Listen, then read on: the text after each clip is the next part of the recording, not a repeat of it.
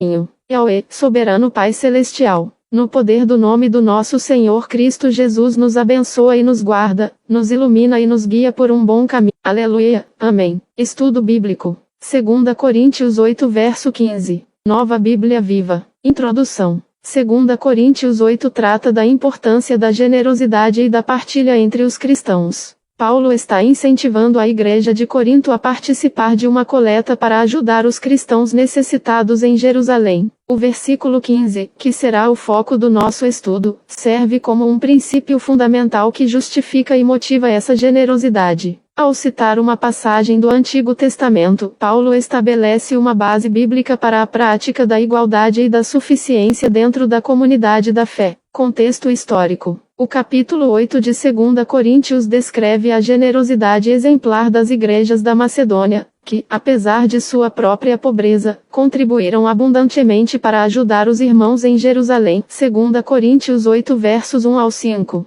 Paulo usa o exemplo dos macedônios para motivar os coríntios a completarem a coleta que já haviam começado. 2 Coríntios 8 versos 6 ao 11. A situação em Jerusalém era provavelmente de escassez, possivelmente devido a uma fome ou perseguição. A coleta, portanto, era um ato de solidariedade e amor prático, demonstrando a unidade do corpo de Cristo. A referência a Tito e outros irmãos 2 Coríntios 8 versos 16 ao 24, demonstra a preocupação de Paulo em garantir a transparência e a integridade no manuseio das ofertas. Interpretação. 2 Coríntios 8:15 cita Êxodo 16:18, que descreve a provisão de maná por Deus para os israelitas no deserto. Deus providenciou maná suficiente para cada pessoa, independentemente de quanto cada um coletasse. O princípio subjacente é que Deus supre as necessidades de todos os seus filhos. No contexto da coleta para Jerusalém, Paulo está argumentando que a generosidade dos coríntios não deve levar à sua própria pobreza, mas sim a uma distribuição mais equitativa dos recursos. O versículo não defende uma igualdade absoluta de bens materiais, mas sim a partilha de recursos para que ninguém passe necessidade. Teologicamente, este versículo reflete a providência de Deus e sua preocupação com as necessidades de seu povo.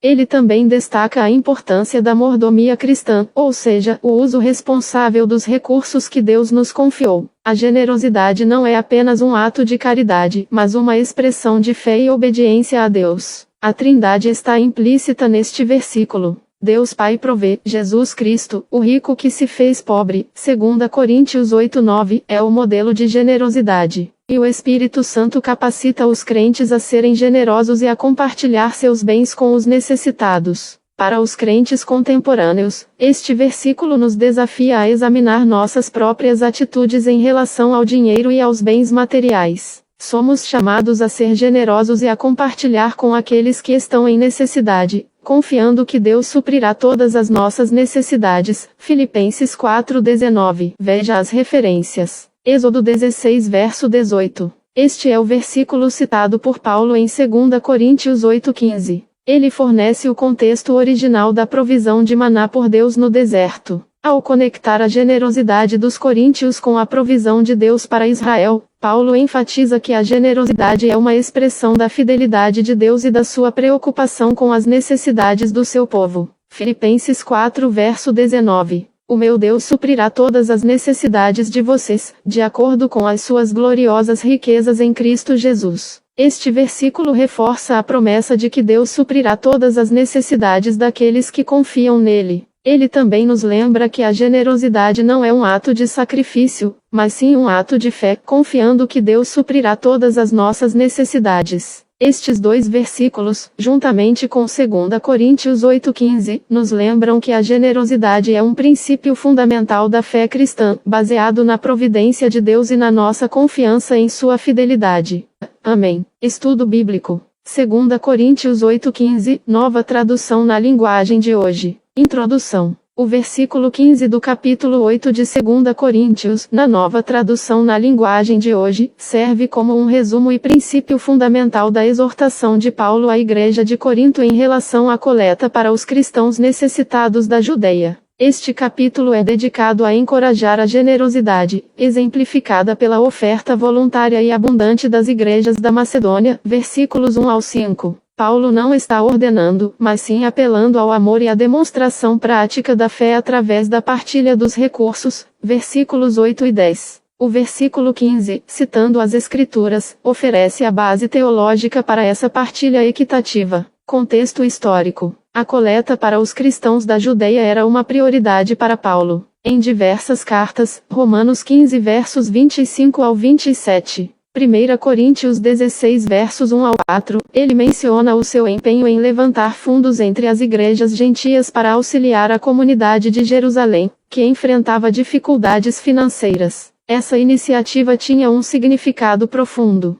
Demonstrava a unidade entre os cristãos judeus e gentios, superando barreiras culturais e étnicas. As igrejas da Macedônia, mesmo em meio à sua própria pobreza, demonstraram grande generosidade, motivadas pelo amor a Cristo e pelo desejo de comunhão com os irmãos em fé. A preocupação de Paulo em recolher a oferta e entregá-la de forma transparente, versículos 20 ao 21, demonstrava a sua integridade e o cuidado em evitar qualquer suspeita sobre a sua administração financeira. Interpretação. O versículo 15, citando Êxodo 16:18, usa a imagem da provisão de maná no deserto para ilustrar o princípio da igualdade na partilha. Deus providenciou maná em abundância, mas a ordem era que cada um recolhesse o suficiente para as suas necessidades. Os que colheram muito não ficaram com excesso, e os que colheram pouco não sofreram falta. A aplicação teológica, numa perspectiva trinitária, é que a generosidade cristã deve buscar um equilíbrio, refletindo o cuidado providencial de Deus, o Pai, que supre as necessidades de todos. A encarnação de Jesus, expressa no versículo 9, ele era rico, mas, por amor a vocês, ele se tornou pobre, é o exemplo máximo de autoesvaziamento em favor dos outros, incentivando uma atitude de dar e compartilhar com os outros. O Espírito Santo capacita os crentes a praticar essa generosidade, superando o egoísmo e a avareza. Para os crentes contemporâneos, isso significa que a partilha não é apenas uma questão de caridade, mas um princípio fundamental da vida cristã, buscando equilibrar recursos e suprir as necessidades uns dos outros, seja em termos materiais, emocionais ou espirituais. A comunidade cristã é chamada a refletir a justiça e a provisão de Deus, cuidando dos mais necessitados. Veja as referências. Êxodo 16:18.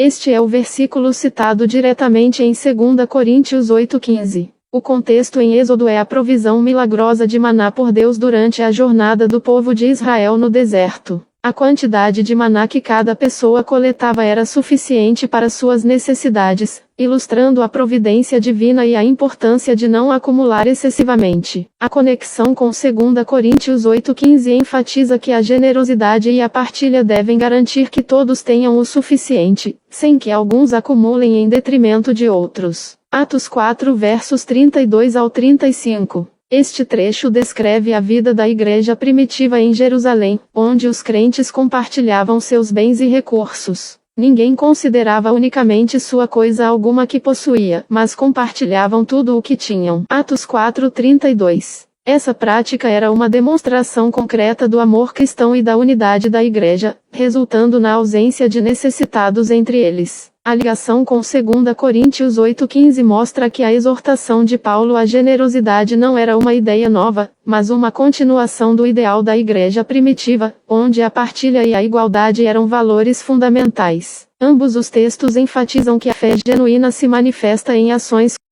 de amor e cuidado para com os outros.